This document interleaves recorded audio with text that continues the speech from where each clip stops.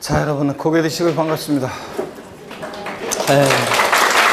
아유, 열화와 같은 박수가 아주 그냥 좋습니다. 82페이지 여러분 펴시고요. 82페이지죠.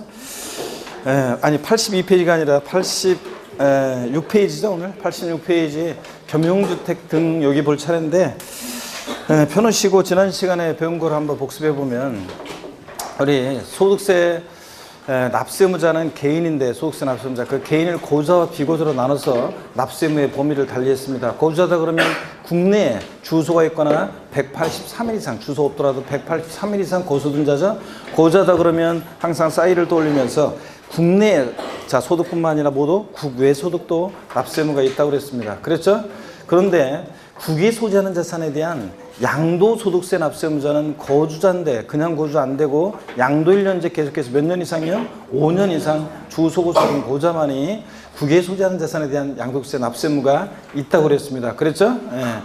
비고자다 그러면 국내 주소나 183일 이상 거소 두지 아니한 개인인데 저 가수 마돈나를 떠올리라고 했고 국내 원천 소득만 납세무가 있습니다. 그죠? 국외 소득은 비고자는 납세무 없고 당연히 그 다음에 납세지를 보면 거주자다 그러면 주소지 없으면 거소지를 납세지로 하고 근데 비고자면 주소 거소지로 갈 수 없으니까 국내 사업장이 있으면 사업장 소지 국내 사업장이 없으면 국내 원천 소득이 발생하는 장소를 납세지로 한다고 그랬습니다. 그랬죠 여러분들? 대답이 없어요. 자 그 다음에 과세기간 종료일 10년 내에 5년 이하의 주소고소를 둔 외국인 거주자요. 자, 미녀도에서 나왔던 자밀라 따로 막 얘기해 드렸는데 이런 외국인 거주자가 국외에서 발생한 소득은 원칙적으로 우리하고 뭔 관계가 있어요. 그런데 다만 우리나라 국내에서 그 소득이 지급되거나 우리나라 국내로 국외 발생 소득이 국내로 송금되거나 이런 경우에만 그 외국인 거주자는 납세무가 있다고 그랬습니다. 제가 펜팔했던 얘기해 드리면서 얘기해 드렸었고요. 그 다음에 또 이런 것도 있었죠. 거주자에서 그러니까 비거주자가 거주자로 전환되는 시기 뭐 이런 것도 배웠습니다.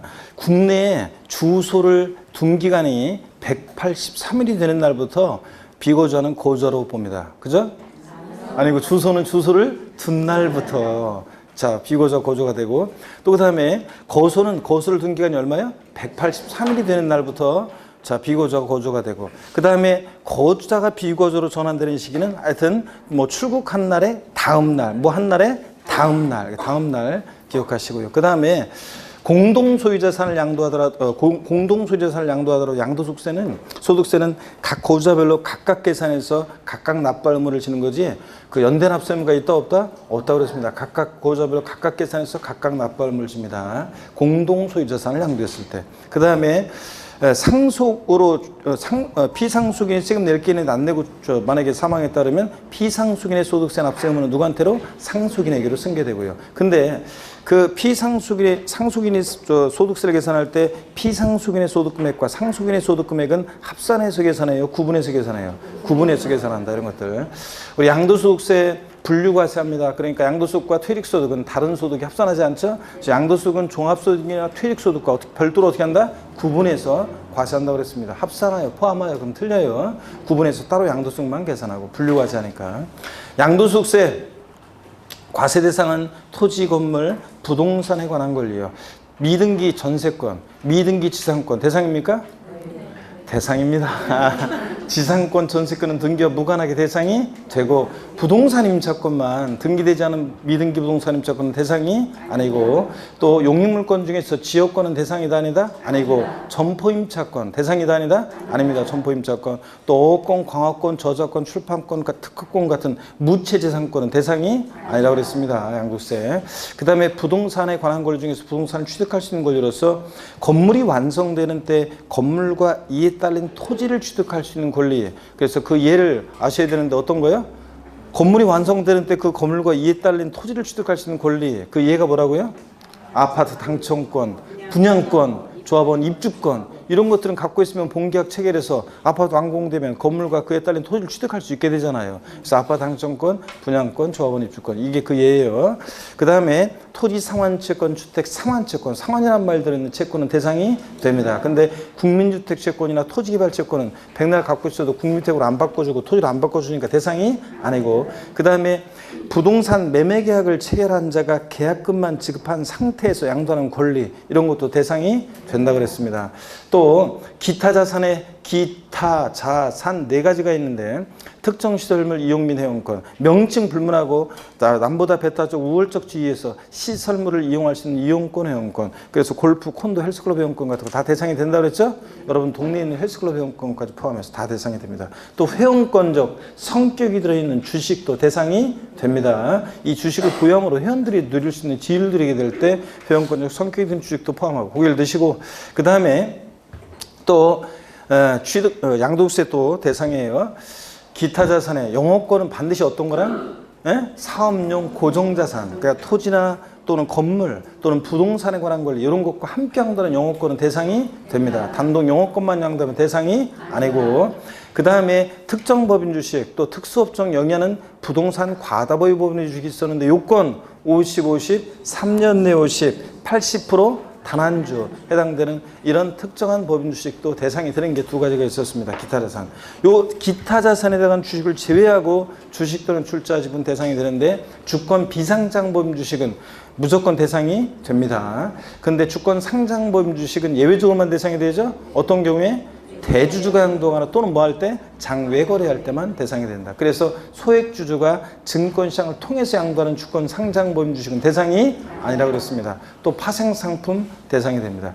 양도소득세 양도가 뭐냐 물어보면 한마디로 양도세 양도는 사실상 유상 이전이다. 사실상 이전만 하면 되죠. 등기 등록과 무관하게 과세가 되고, 사실상 이전해야지 형식적 이전은 양도가 아닌데 그 대표적인 예 양도 담보 목적으로 이전은 양도에 해당하지 않습니다. 또 사실상 이전해야지 형식적 이전은 양도가 유상 이전해야지 무상 이전은 양도가 아니라고 했습니다. 또 양도소득세 양도로 보는 경우 해당되는 경우가 매매, 이전하는 자 측면에서 봤을 때 매도, 교환, 법인의 현물 출자, 대물변제, 양도에 해당하죠? 대물변제, 금전적 채무에 가르면서 부동산 같은 거 이전하거나, 또 손해배상 위자료 지급에 가르면서 부동산 같은 거 이전하거나, 이혼할 때 이혼의 위자료 지급에 가르면서 자 부동산 같은 거 이전하면 양도에 해당합니다. 단 재산분할로 인한 이전은 양도에 해당하지 않는다. 내 거 내가 찾아왔으니까. 조세 물납도, 조세 채무 면한 대가를 받고 지자체로 부동산 이전하니까 조세 물납도 양도에 해당합니다. 또 1세대 1주택 비과세요건을 갖춘 주택을 대물변제했을 때는 양도소득세는 과세되지 않는다. 양도세가 과세되지 않는 양도입니다. 그 다음에 우리 부담부 증여요. 5억짜리 토지를 증여하는데 3억 원의 저당권 설정돼 있고, 이런 부담 있는 증여를 했을 때 알았어 내가 갚을게. 수증자가 채무를 인수하기로 했을 때 증여자한테는 수증자가 인수하는 채무 인수액 상당액 3억 부분에 대해서 뭐가? 양도소득세가. 그 다음에 수증자는 뭐 전체 증여받은 생각이 5억에서 채무 갚아야 한도 3억 빼 나머지 2억 부분에 대해서는 채무 인수액 이외에 대해서는 뭐 증여세가 부과될 수 있습니다. 다만 취득세는 유상취득, 무상취득 불문하니까 5억 전체에 대해서 취득세가 부과되는데, 다만 적용되는 세율이 달라요. 채무 인수액 상당액 부분에 대해서는 취득세에서는 뭐로 보고? 유상취득한 것으로 보고, 채무 인수액 이외에 대해서는 공짜로 받았으니까 뭐 무상취득한 것으로 보고. 다만 이거는 배우자 또는 직계존미속 이외자 간의 부담부증일 때 얘기지, 배우자 직계존미속 간에 이렇게 부담부증했다 그러면 자 수증자에게 채무가 인수되지 않은 것으로 봅니까 추정합니까?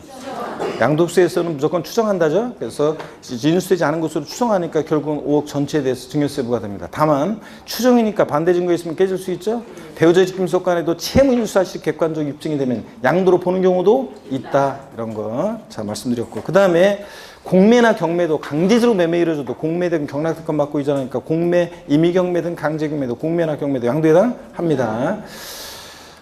그 다음에 또요, 지분의 변동 없는 공유물의 단순분할은 양도에 해당하지 않습니다. 근데 지분이 변동하는 공유물 분할의 경우에 지분 증가자한테는 늘어난 것만큼 취득세가, 지분 감소로 변동될 때 유상이전이면 양도에 해당한다고 그랬습니다. 그렇잖아요, 여러분들 이런 것들. 뭐 그 공유물 분할에 보면 공유물을 공자 지분 변경 없이 2개 이상의 공유 토지로 분할했다가 소유 지분별로 단순히 재분할하는 경우에 양도에 해당하잖아요. 해당하지 않습니다. 지분의 변동이 없으니까 이런 것들. 그 다음에 또 양도에 해당하지 않는 경우 또 어떤 게 있었냐면 무상이전 양도에 해당하지 않고 양도담보 목적으로 이전은 양도에 해당하지 않는다. 단 양도담보된 자산이 채무불이행 등의 사유로 변제 충당하면 양도에 해당한다. 이런 것도 배웠고 그 다음에 또요. 환지 처분으로 지번 변경되는 경우 보류제 충당되는 경우 정책적 목적으로 양도에 해당하지 않습니다. 다만 환지받은 토지를 매각, 보류지를 매각할 때는 양도에 해당합니다.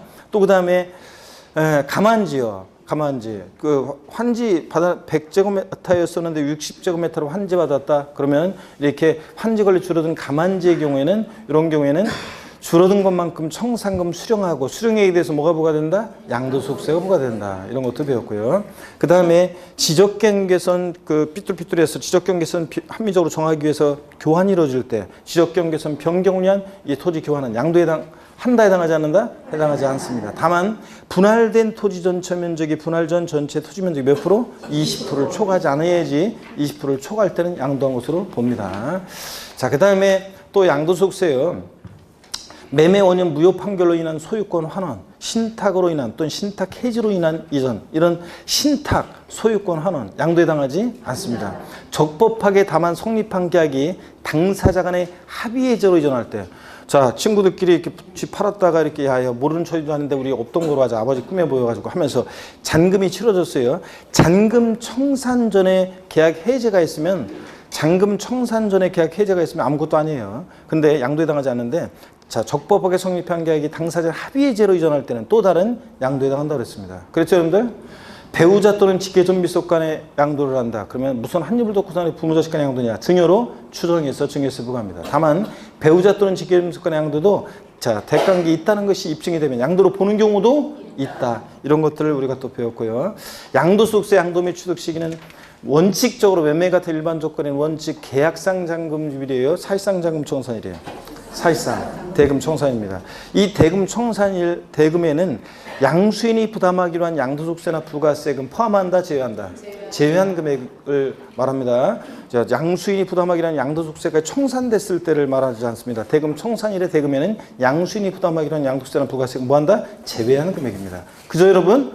그 다음에 양도소득세 자, 장기할부 조건부 매매 같으면 어떻게 기억하라고 그랬습니까? 중 빠른 날. 소유권 이전 접수일하고 인도일 사용 수익을 비교해서 중 빠른 날입니다. 요거 뭐 할부금 첫 할부금 지급할 때다, 뭐 각 할부금 지급하는 때다 아닙니다. 중 빠른 날입니다. 그죠, 여러분? 그 다음에 고일 드시고 그 다음에 또 양도소득세 양도 및 취득 시요. 수용은 또 어떻게 기억하라고 그랬어요? 수용 중 빠른 날. 수용도 자, 대금 청산일, 수용 개시일, 등기 접수일 중 빠른 날입니다. 다만 토지 수용의 경우에 보상금이 공탁된 경우, 토지 수용의 경우에 보상금이 공탁된 경우에는 소유권에 관한 소송으로 보상금이 공탁됐다. 그럴 때는 공탁한 날입니까? 아니면 소유권 관련 소송 판결 확정일입니까? 판결 확정이라고 그랬죠? 공탁한 날 아니고 판결이 확정돼야지 이제 누구 건지 결판이 나니까. 그 다음에 양도소득세요. 도시개발법 등 개발사업에 따른 환지 처분으로 취득한 토지 취득 시기는 환지 처분 공고일의 다음 날이다. 언제예요, 그러면? 환지 처분으로 취득한 토지는 쇠도끼니까 환지 전 토지 취득일이고 환처분 공고일의 다음 날이 되려면 금도끼 은도끼 되니까 증가감소된 토지가 환처분으로 권리면적보다 증가감소된 토지가 언제고 환처분 공고일의 다음 날이고 100제곱미터에서 60제곱미터 받을 때 그 뭐 40제곱미터라든가 아니면 줄어들었죠. 40제곱미터 했더니 60제곱미터 환지 받는다거나 20제곱미터 늘어났죠. 이런 환처분으로 권리면적보다 증가감소가 있는 경우에 요런 것들은 어느 때를 취득 시효하냐? 환지처분 공고일의 다음 날 빠지면 틀려 이런 거. 그 다음에 또요, 완성 확정 전에 대금이 청산됐다 그러면 어느 때를 취득이 필요합니까? 완성된 날이에요, 대금 청산일이에요. 완성 확정 전에 대금이 청산됐을 때는 언제? 완성된 날. 양도소득세는 사용수익에 된 걸 세금으로 귀속시키니까 완성 확정된 날입니다. 그죠, 여러분? 민법 245조 1항 점유시효 취득한 부동산에 대한 취득시는 자, 점유개시일, 시효 만료일, 등기접수일 언제입니까? 점유개시일로 소급한다고 그랬고 또 그 다음에 무효 판결로 소유권 환원받은 자산을 가지고 있다가 양도할 때는 어느 때를 취득이 필요한다? 그 소유권 관련 소송 판결 확정일이에요? 아니면 당초 취득일이에요? 한 번 잘못 갔던 의기역사 내 인생에 없는 거죠? 당초 취득일입니다. 자, 취득 시기가 불분명하다. 취득 시기가 물론 공매나 경매로 취득한 자산은 공매대금, 경락대금 완납한 날이고 각호답할 때. 그 다음에 어음은 교부일이에요? 아니면 결제일이에요? 결제일이고 이런 것들 잡다한 것들도 있었고요. 하여튼 양도소득세 이 취득 시기가 불분명하다 그러면 먼저 취득한 자산을 나중에 양도한 것으로 봅니다. 아니고 먼저라고 그랬습니다. 먼저 취득한 자산을 먼저 양도한 것으로 본다. 먼저입니다. 이런 것들. 자, 토지, 건물, 부동산에 관한 기타 자산이요. 1984년 12월 31일 이전에 취득한 것은 언제 취득한 것으로 본다?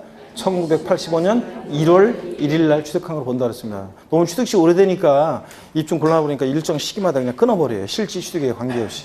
그렇죠, 여러분들? 1978년에 취득한 건 언제 취득한 걸 본다? 1985년 1월 1일 날 취득한 것을 봅니다. 그 다음에 고개를 드시고요. 양도소득이 비과세되는 소득이 네 가지가 있는데 파산 선고에 의한 처분으로 발생한 소득 비과세하고 일정한 농지 교환 또는 교환으로 인한 소득 비과세, 일정한 농지 분합으로 인한 소득 비과세, 또 1세대 1주택과 부수토지 양도를 위한 소득을 비과세합니다. 그랬잖아요. 그럴 때 일정한 농지 교환 분합으로 인한 소득 비과세는 자, 교환 분합의 요건이요. 쌍방 교환 분합하는 토지가액의 차익이 큰 편 토지 가격이 얼마? 4분의 1 이하여야 한다고 그랬습니다. 작가나 같아야 한다고 그랬죠? 그랬잖아요. A 토지, A 농지는 10억, B 농지는 8억, 차액 얼마예요? 2억, 차액이. 큰 편 토지 가격 10억에 4분의 1, 즉 2억 5천보다 작거나 같아야 한다. 이런 거 했잖아요, 여러분들. 자, 그 다음에 국가나 자치, 교환분합의 사유를 보면 국가나 자치가 개입이 돼 있거나 법령 규정에 의한 농지법 같은 농어촌정법 같은 법령 규정에 의한 이런 경우라든가 국가나 자치가 개입이 돼 있으면 교환뿐만 아니라 분합도 비과세의 사유인데 경작상 필요이한 경우는 뭐만 비과세의 사유다? 교환만 비과세 사유지 분합은 비과세 사유가 아니라고 했습니다. 그랬잖아요, 여러분들. 예? 자, 경작상 필요한 경우는 악용의 소지가 있으니까 교환만 비과세 사유고 또 국가나 자치가 개입이 돼 있거나 법령 규정에 의한 것은 단서 조건이 없는데 경작상 필요한 경우는 악용의 소지가 있기 때문에 단서 조건이 있습니다. 신농지에서 몇 년 이상? 3년 이상 거주 경작해야 한다는 단서 조건이 있고 또 이 교환분합이나 소득 비과세에서는 몇 년 나왔다. 숫자는 다 기간은 무조건 몇 년이다? 3년. 요거 3년 기억하라고 그랬습니다. 그랬죠? 그 다음에 또 여러분 양도소득세 1세대 1주택 비과세입니다. 저를 보세요. 1세대가요. 고자 및 배우자와 그들과 동일한 주소곳에 생길 같이 하는 가족 전원을 말하는데 이 1세대 원에는 주소고소를 근무상 사업상 여러 가지 형편으로 일시 퇴거한 자를 1세대원에 포함시키지 않아요. 포함시킵니다. 그래서 1세대원이 갖고 있는 주택수가 양도일 현재 항상 양도일 현재 국내 몇 주택이요? 1주택이면 됩니다. 해외에 있는 주택은 주택수 계산에 포함하지 않고 과거에 집이 몇 채 있었는지 양도일 현재만 1주택이면 됩니다. 양도일 현재 1주택을 몇 년 보유하고요?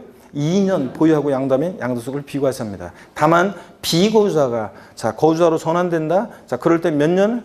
3년을 보유해야지 비과세입니다. 다만 이건 조정 대상 지역이 아닌 지역이 그렇고 오늘 이제 여러분들 오후에 문제를 이제 보게 되면 오후에 이제 문제 지난주에 문제 봤구나. 지난주에도 문제 봤겠지만 이제 또 오늘도 이제 배우면 문제를 보다 보면 조정 대상 지역이냐 아니냐에 따라서 이제 오늘도 조정 대상 지역에 주택을 양도했을 때 양도세는 비과세에서 이제 거주기간 요건, 그다음에 오늘 이제 보면 장기 보유 특별공제 폐지, 또 오늘 배우는 이제 세율에 대해서 이제 10% 20% 추가 세율 적용되는 거. 이런 것들이 조정 대상 지역과 관계가 돼 있는데 그래서 오늘 이제 오후에 이제 단원별 모의고사 보다 보면 조정 대상 지역이라고 또 문제가 나오거나 아니라고 나오거나 하면서 문제가 계속 나와요. 그럼 이제 문제 잘 보시고 조정 대상 지역이다 그러면 거기 맞게 아니면 아닌 거에 맞게 이제 그런 문제들이 개정세법 내용을 반영한 문제들이 이제 작년에는 없었던 새로운 문제들이 이제 여러분들 등장해서 그런 문제들을 오늘 오후에 이제 본격적으로 풀게 될 거고요. 아직도 단원별 모의고사 신청 안 하신 분들은 공부할 때 좀 내가 오후에 어떤 일을 하지 않으면 엄청난 돈을 못 번다 이런 거 아닌다면은 앞으로 엄청난 돈을 벌기 위해서 과감하게 시간과 노력과 이런 것도 투자하시기 바랍니다. 그래서 문제를 항상 공부했으면 바로 문제를 확인해 봐야 되는데 그 문제를 직접 풀어보고 고민해보고 그 다음에 틀렸다 그러면 해설 강의를 들으면서 그것을 보완하고 이렇게 하면서 실력이 팍팍 늘어나고 문제를 통해서 봐야지 좀 더 핵심을 정확하게 잘 기억할 수 있다고 그랬습니다. 그래서 오늘 새로운 그 유형의 문제들도 개정세법 같은 문제들도 보시기 바라고요.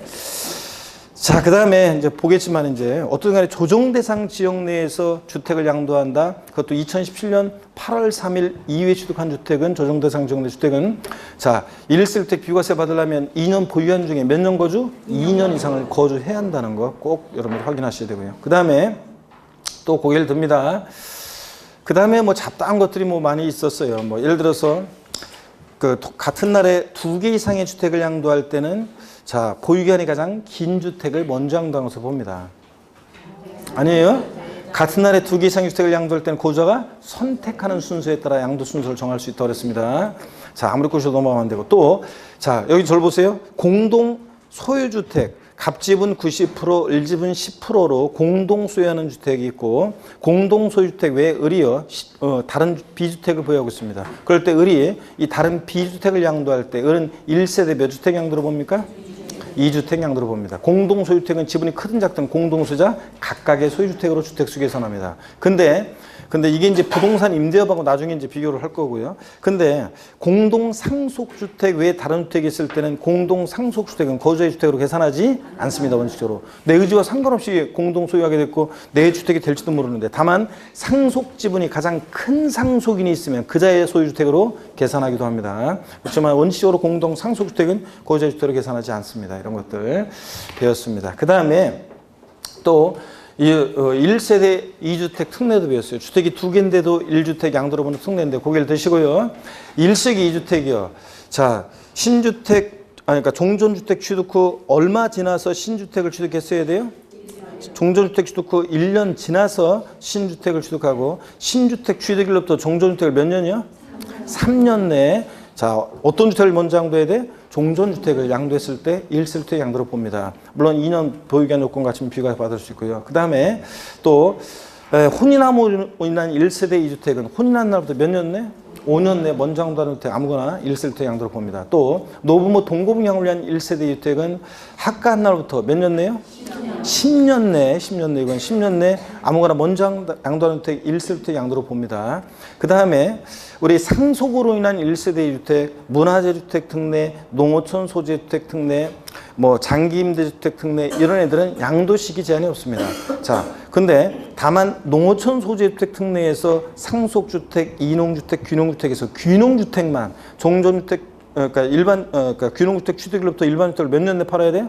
5년 내 양도해야 한다는 양도 시기 제한이 있지만 귀농주택은 악유인 소지가 맞으니까 그렇지만 나머지 것들은 양도 시기 제한 없습니다. 몇 년 내 양도한다. 다만 어느 주택을 먼저 양도해야 되느냐? 일반주택을 먼저 양도할 때 1세주택 양도로 보는 거지 상속받은 주택이나 문화재 주택이나 또 장기임대주택이라든가 또 그 다음에 뭐 농어촌 소유주택을 먼저 양도하면 어떻게 한다? 과세합니다. 그 다음에 취약이나 질병의 요양이나 근무상 형편으로 수도권 밖에 소지하는 주택을 취득해서 수도권 일반주택과 또 수도권 밖의 지역에 주택을 취득해서 1세대 2주택이 됐을 때 어느 주택을 먼저 양도해야 돼? 일반주택을. 예? 자, 먼저 양도해야지 수도권 밖의 주택 먼저 양도하면 과세입니다. 그럴 때 취약, 질병, 근무상 형편 같은 부득이한 사유가 해소됐을 때는 사유 해소일로부터 몇 년 내? 사유 해소일로부터 몇 년 내 일반주택을 양도해야 돼? 3년 내입니다. 사유 해소일로부터 3년 내. 자, 그러면 84페이지 요약집을 보시고요. 84페이지 요약집을 펴놓으시고 여기서 하나만 제가 추가해서 오늘 좀 알려드릴게요. 제가 요약집 조금 추록을 몇 개정 내용하고 또 몇 가지 또 좀 내용 추가할 게 좀 사실 있었는데 그걸 마지막에 보낼 때 그걸 어떻게 하다가 빠졌는지 그 좀 빠진 내용들이 있어요. 최종적으로 이렇게 수정하면서 막판에 제가 파일을 네 번째 수정한 거를 갖다 보내질 세 번째 수정한 거로 착각해서 보냈는지 출판사에 하여튼 빠진 것들이 좀 있어요. 그래가지고 제가 정오표 추록 있잖아요. 다음 주에는 그 추록을 여러분께 제가 또 인강 듣는 분들은 제가 카페에다 올려놓을 거고 제 다음 카페에 올려놓을 거고 그다음 여러분들은 다음 주에 그 학원에서 배부할 수 있도록 해드릴게요. 그래서 그 추록을 물론 이제 수업 시간에 다 알려드리긴 하지만 좀 적어야 될 게 좀 있는 것들은 제가 추록을 다음 주에 나눠드리도록 하겠습니다. 그래서 요약집 요거 84페이지 있잖아요. 84페이지에다가 그 표 있잖아요. 1세대 주택 특례 비교 있잖아요. 거기다가 하나만 좀 추가할게요. 어떤 거냐면 이 상속주택하고 뭐 그 농어촌 주택 그 사이에다가 있잖아요. 상속받은 주택하고 상속주택 있잖아요. 표에 상속주택이 있고 그 다음에 이렇게 농어촌 농어촌 주택 있잖아요. 그러면 요 사이에다가 뭐 하나만 여러분들이 추가하시냐면요. 별건 아니지만 그래도 한번 혹시 모르니까 요것도 좀 적어 놓습니다. 가정 어린이집 주택이요. 가정 어린이집 주택이요. 가정 어린이집 요거 하나 더 추가합니다. 가정 어린이집이요. 민간 그 어린이집 주택하고 민간 그 임대주택하고 비교해 가지고 가정 그 어린이집 요걸 갖다가 이것도 형평성을 위해서 가정 어린이집에 대한 요 주택 특례가 추가가 됐어요. 이거 어떤 거냐면 똑같아요. 이것도요. 가정 어린이집 주택 하나만 추가하면 이거 똑같습니다. 어떤 거냐면 양도 시기 제한은 없고 자 예를 들어서 여기 보세요. 가정 어린이집용 주택이 있고요. 가정 어린이집 5년 이상 가정 어린이집으로 사용했어야 돼요. 그래서 가정 어린이집용 주택이 있고요. 5년 이상은 가정 어린이집으로 사용했어야 되고 지금 여기 누군가가 이거 가정 어린이집 이거 하는 분 있었나 누가? 하여튼 자 가정 어린이집용 주택하고 그 다음에 자 예를 들어서 일반 주택이 있어요. 일반 주택이 있습니다. 자 그러면 이것도 똑같아요. 이것도 똑같습니다. 가정 어린이집 5년 이상 가정 어린이집으로 운영한 그 가정 어린이집용 주택과 일반 주택이 있을 때 어떤 걸 먼저 양도해야 되냐면 일반 주택 이것을 먼저 양도할 때 자 1세대 1주택 양도로 보는 거고요. 자 2년 보유 요건 갖추거나 그러면 비과세 받을 수 있고요. 근데 1세대 양도로 보는 거지. 이 가정 어린이집 주택 이것을 먼저 양도하면 요거 먼저 양도하면 당연히 과세입니다. 그래서 어느 텔 먼저 양도해야 되냐 똑같습니다. 이것도 양도 시기 제한은 없고 어느 텔 먼저 양도해야 한다. 일반 주택 가정 어린이집 주택이 있어가지고 1세대 2주택이 있을 때는 일반 주택을 양도할 때 1세대 1주택 양도로 봅니다. 주택이 2개라 할지라도. 아셨죠 여러분? 요거를 거기다 옆에다가 적어 놓으시면 되겠습니다. 국란에다가 요거만. 예? 요거. 자, 요거만 여러분들 거기다 추가해서 적어 놓습니다. 그래서 다음 주에 정오표 또 나갈 거고요. 자, 이렇게 적어 놓고. 그 다음에 적어 놓으시고, 그 다음에 봅니다, 또. 그 장기 임대주택과 그 다음에 거주주택이 있을 때 어느 주택을 먼저 양도해야 돼? 거주주택을 먼저 양도해야 되는데 다만 이 거주주택 1세주택 양도를 보는데 먼저 양도했을 때 비과세 받으려면 보유기간 중에 몇 년 거주? 2년 거주해야 한다는 거. 조정 대상 지역이 아닌데도 2년 거주 요건이 있다는 거. 장기 임대주택 특례 요거 주의하시고요. 하여튼 요거 하나 가정 어린이집 주택 요거 하나만 특례 더 추가합니다. 85페이지 자 12번 테마는 고개를 두고 이건 어제 했죠. 우리 지난 시간에 했던 거고 서울 봅니다. 1세대 1주택 2년 보유해야 되는데 2년 미만 보유했는데도 비과세 받을 수 있는 특례요. 건설임대주택 특례요. 건설임대주택을 고개를 드시고 임차해서 나중에 거주하다가 취득했고 양도합니다. 취득일로부터 양도일까지 보유기간 따져서 2년 미만인데도 비과세 받을 수 있긴 있는데 그러려면 건설임대주택이 임차일로부터 양도일까지 몇 년 거주요? 5년 이상 거주해야 한다는 거 여러분 기억하고요. 그 다음에 1세대 1주택의 전부 일부가 수용을 당했다 그러면 당연히 뭡니까? 비과세입니다. 내가 2년 보유하고 싶지 않았나요? 수용 당연히 보유기간 관계없이 비과세입니다. 다만 1세대 1주택이 일부 수용당해서 남게 된 잔존 부분 몇 년 내에 양도해야 한다? 잔존 부분? 5년 내 양도하면 수용일로부터 5년 내 양도하면 잔존 부분도 비과세 받을 수 있다고 그랬습니다. 해외 이주 입법에 따른 해외 이주로 이민으로 세대 전원이 출국하거나 또 취약이나 근무상 형편으로 해외 거주하기 위해서 세대 전원이 출국했을 때 양도일이 아니라 출국일 현재 1주택이고 출국일부터 몇 년 내 팔아야 된다? 2년 내에 양도한다는 거 꼭 확인하고 그 다음에 1년 이상 거주하던 주택을 취약, 질병에 의한 근무상 형편, 사업상 형편. 사업상 형편은 된다 안 된다? 안 되고.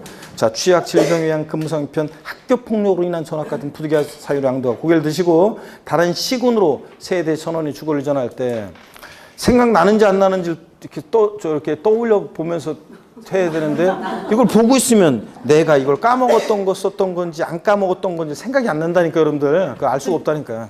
그래서 본인이 까먹은지 안 까먹은지 저 뇌에 입력이 돼 있었던 건지 안 돼 있었던 건지를 확인하시려면 고개를 드시고 여러분들.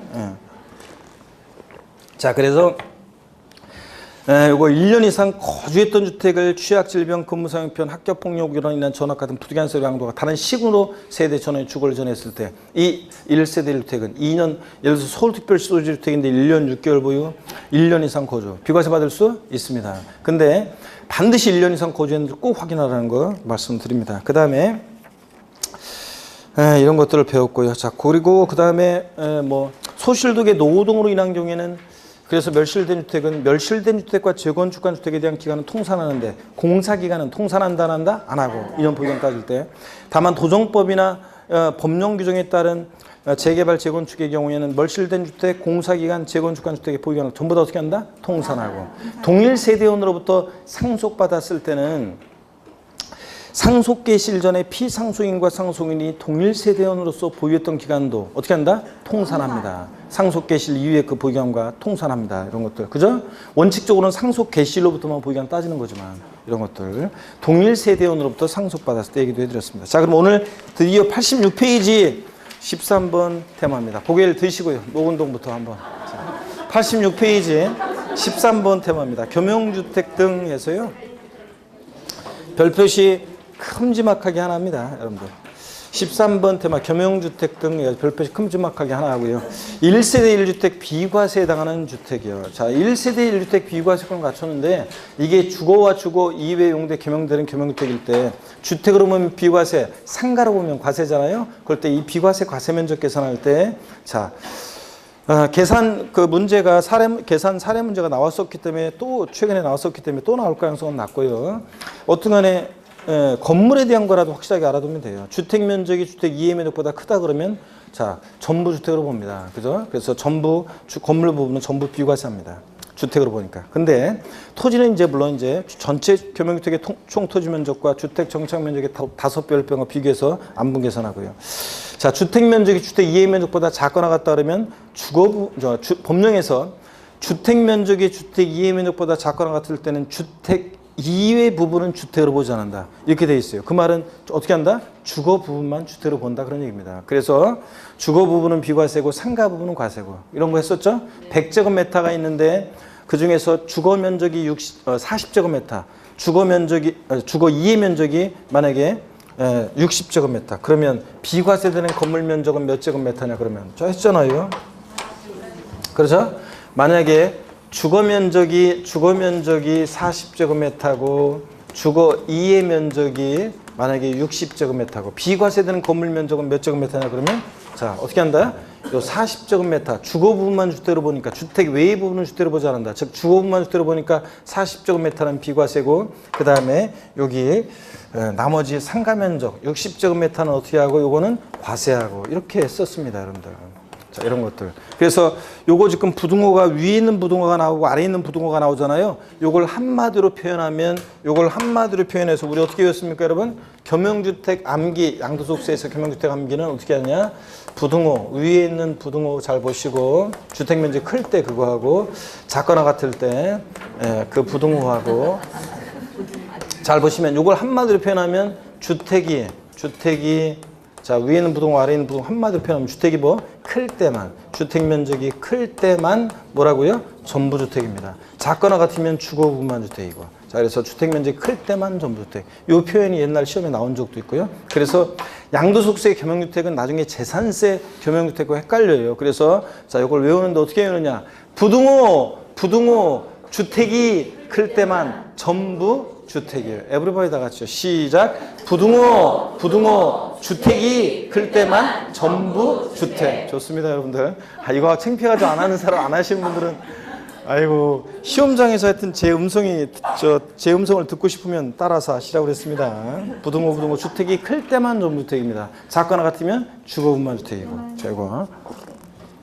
그 다음에 아래에 있는 토지 면적 계산하는 것은 안분 계산하는데요. 나중에 문제 풀이할 때 기출문제 한번 보면서 계산해 드릴게요.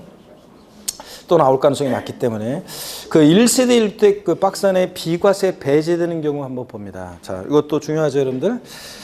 비고저가 양도하는 경우에는 원칙적으로 1세대주택 비과세 배제합니다. 물론 예외가 있지만요. 원칙적으로 배제해요. 왜냐?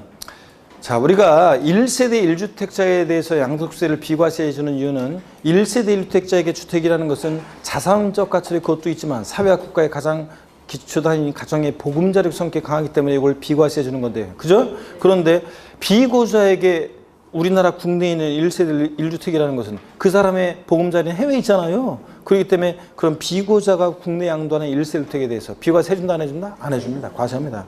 그래서 그런 거. 재미동포가 우리나라 국내에 주소도 없고 183일 이상 거소도 없는 재미동포가 우리나라에 있는 1세대 1주택을 양도한다. 비과세 해준다 안 해준다? 안 해줍니다. 그 다음에 고가주택 양도요. 실지 거래가액이 얼마요? 9억 원 초과하는 고가주택을 양도할 때는 비과세 해준다 안 해준다? 안 해줍니다. 그 다음에 미등기 양도유산 자기 명의로 취득에 관한 등기하지 않고 양도하면 비과세 배제됩니다. 당연히 허위계약서 작성했을 때 비과세 배제됩니다. 자, 거기 화살표를 보니까 허위계약서 작성의 경우에 비과세 감면 배제예요. 자, 토지 건물 부동산에 관한 권리를 매매하는 거래 당사자가 퇴시 끊고요. 자, 첫 번째입니다. 두 번째, 매매계약서의 거래가액을 실지 거래가액과 다르게 적었어요. 허위계약서 작성했다는 얘기죠?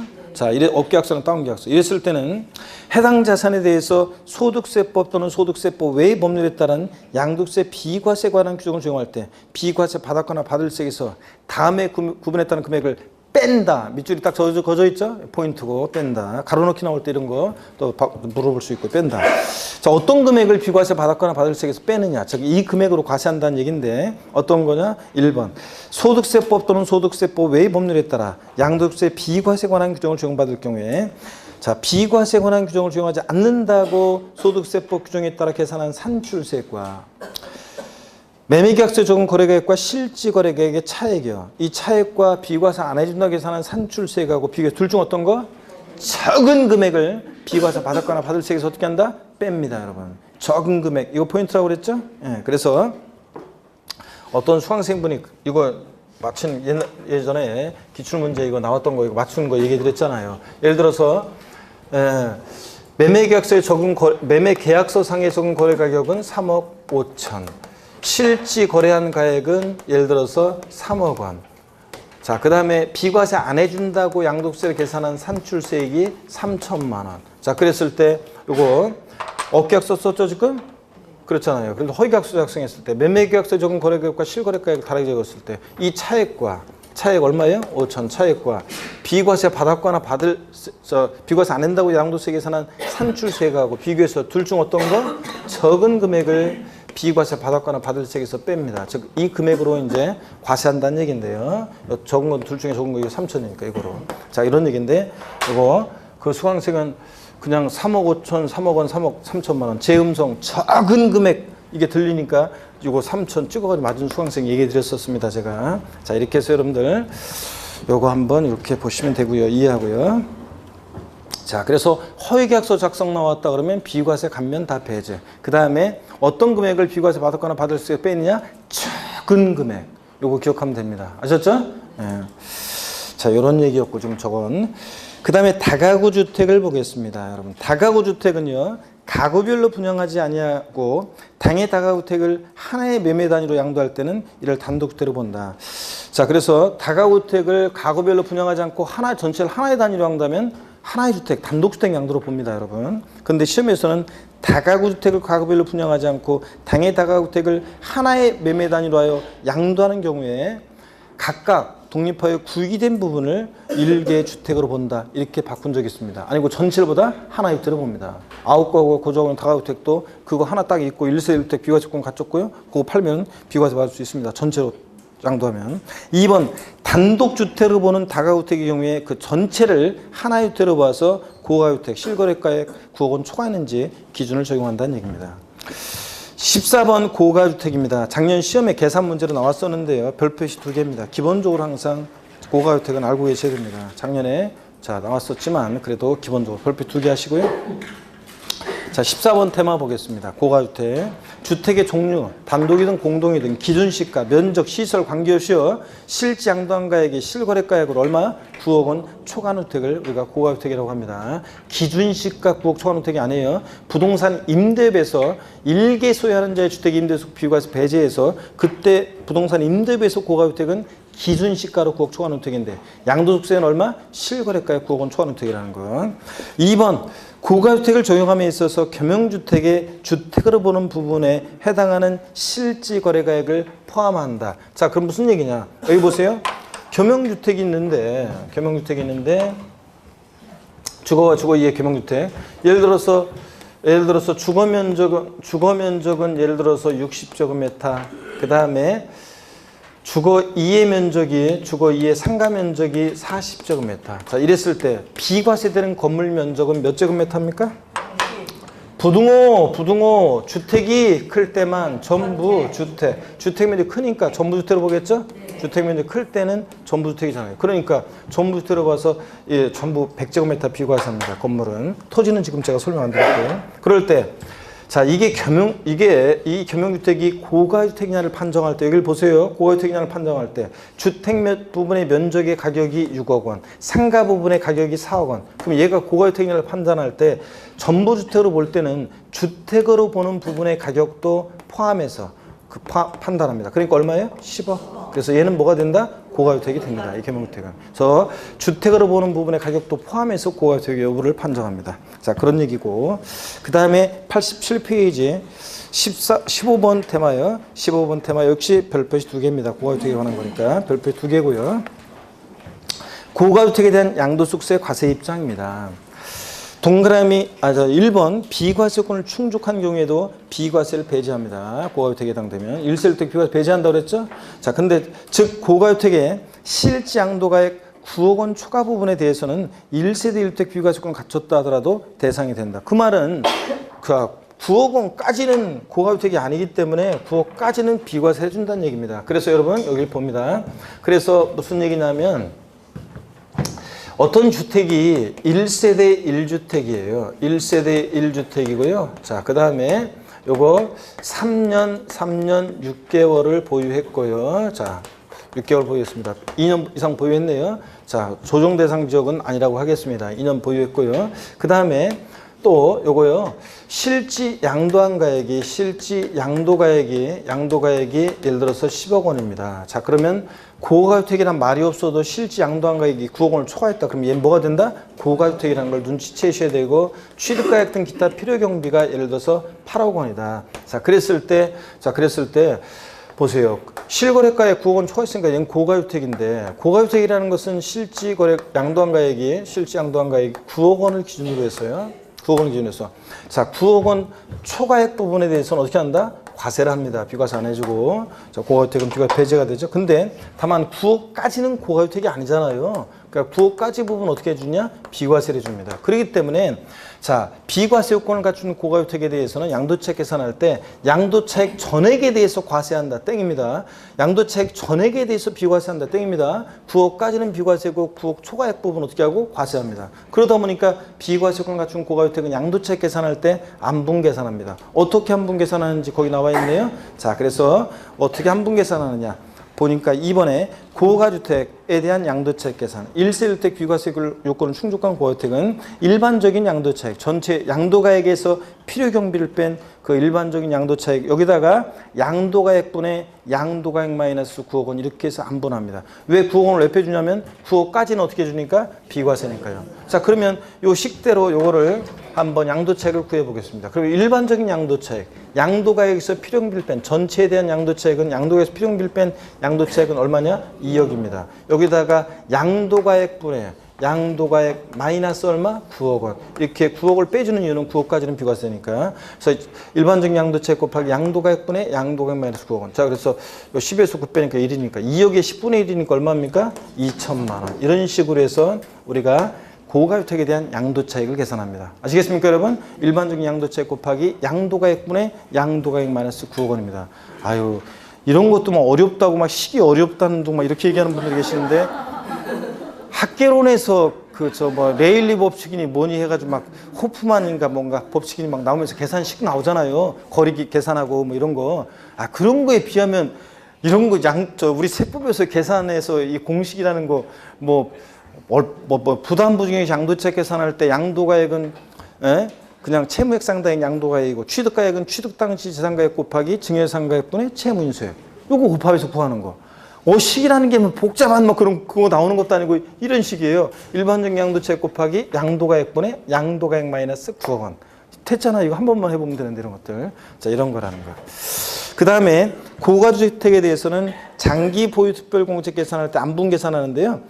동그라미 1번처럼 안분 계산하는 것보다는 동그라미 2번처럼 안분해서 구한 이 고가주택 양도차익에다가 장기 보유특별공제 1세대 1주택에 대한 이 확대 적용 24에서 80%까지 요거 공제율을 적용해서 구하는 게 더 쉬운데요. 요거 적용해서 장기 보유특별공제까지 구하는 것은 다음에 하기로 하고요. 일단 박스 안에 봅니다. 비과세권을 갖춘 고가주택 양도차익과 장기 보유특별공제는 일반 주택과 달리 안분 계산합니다. 근데 양도소 기본공제라든가 세율 같은 것은 고가주택이라고 그래가지고 달라지지 않습니다. 고가주택은 기본공제를 덜해주고 더해주고 이런 게 있느냐? 없어요. 그냥 기본공제 250만 원 똑같고요. 세율도 똑같습니다. 일반 주택과. 어떤 것만 비과세권을 갖춘 고가주택에 대해서 양도세 계산이 달라지느냐? 양도차익과 장기 보유특별공제 차장만 달라집니다. 나머지는 똑같고요. 16번 조합원 입주권 보유자의 주택 양도시 특례는요. 참고적으로 보시면 돼요. 자, 조합원 입주권은 문 열고 들어갈 수가 없잖아요. 주택이 아니에요. 부동산에 관한 권리 중에서 부동산을 취득할 수 있는 권리에 지나지 않습니다. 그런데도 양도세에서는 조합원 입주권은 주택수 계산할 때 주택수 계산에 포함을 시킵니다. 그래서 원칙을 봅니다. 1세대가 1주택과 1조합원 입주권을 보유하다가 그 주택을 양도할 때는 1세대 주택 비과세 규정을 적용하지 아니한다 그랬습니다. 여기 봅니다. 어떤 얘기냐면 이런 얘기예요. 자, 예를 들어서 1세대가 어떤 1세대가 1주택과 그 다음에 1조합원 입주권이 있습니다. 1조합원 입주권이 있어요. 자, 그랬을 때 원칙적으로 입주권도 주택수 계산에 포함을 시키니까 1세대가 자, 이렇게 1세대가 1주택과 1조합 입주권이 있다가 요 주택을 양도할 때 있잖아요. 1주택을 양도할 때 1세대 몇 주택 양도로요? 1세대 2주택 양도로서 과세를 합니다. 자, 그런데 이게 과세예요. 그래서 원칙적으로는 이게 과세하는 게 원칙입니다. 그래서 이거 헷갈리겠다. 자, 그래서 원칙적으로는 이렇게 과세를 하는 게 원칙이에요. 그런데 이제 비과세 받을 수 있는 예외도 엄청 많이 있습니다. 우리가 1세대 2주택 특례에서 배운 그런 것과 비슷해요. 제가 몇 가지만 추려놓은 거고 엄청 많아요. 자, 이 특례를 한번 보겠습니다. 예외적으로 한번 볼게요.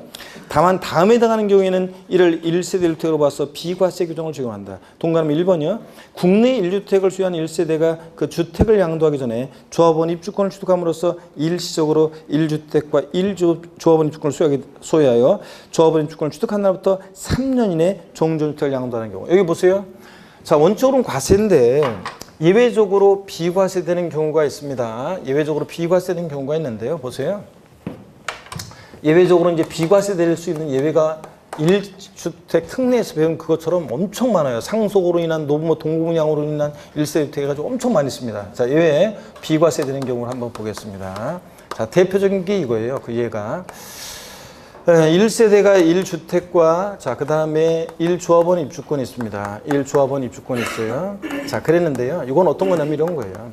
여기 살고 있었는데요. 이거 팔고 재개발 지역으로 이사 가려고 조합원 입주권을 취득했어요. 그래서 이 조합원 입주권을 취득한 날로부터 이 종전주택을 몇 년 내요? 3년 내 만약에 종전주택을 양도하잖아요. 그러면 일시적 1세대 1주택으로 봐가지고 1세대 몇 주택 양도로? 1주택 양도로 봅니다. 자, 이런 얘기입니다. 그런 예외들이 아까 1주택 특례에서 배운 우리가 그런 거하고 똑같이 그런 것들이 엄청 많이 있어요. 자, 그래서 원칙만 알아두면 돼요. 1세대가 1주택과 1조합원 입주권이 있다가 주택을 양도하면 원칙으로 어떻게 한다? 과세입니다. 1세대 2주택 양도로. 근데 예외적으로 비과세 받을 수 있는 예외들이 엄청 많이 있다더라. 아시겠습니까, 여러분? 그 정도만 아시면 돼요. 그런 것들이 2번, 3번, 4번에 똑같이 이어지고 있습니다. 넘어갑니다. 자, 88페이지 17번 테마입니다. 양도소득세 과세표준 계산 구조. 별표 3개입니다. 작년에도 시험에 나왔지만 올해 또 뭐 나올 수 있습니다. 별표 3개 합니다. 별표 3개 하시고 잠시 쉬었다가 17번 테마 여기서부터 보도록 하겠습니다. 잠깐 쉬겠습니다.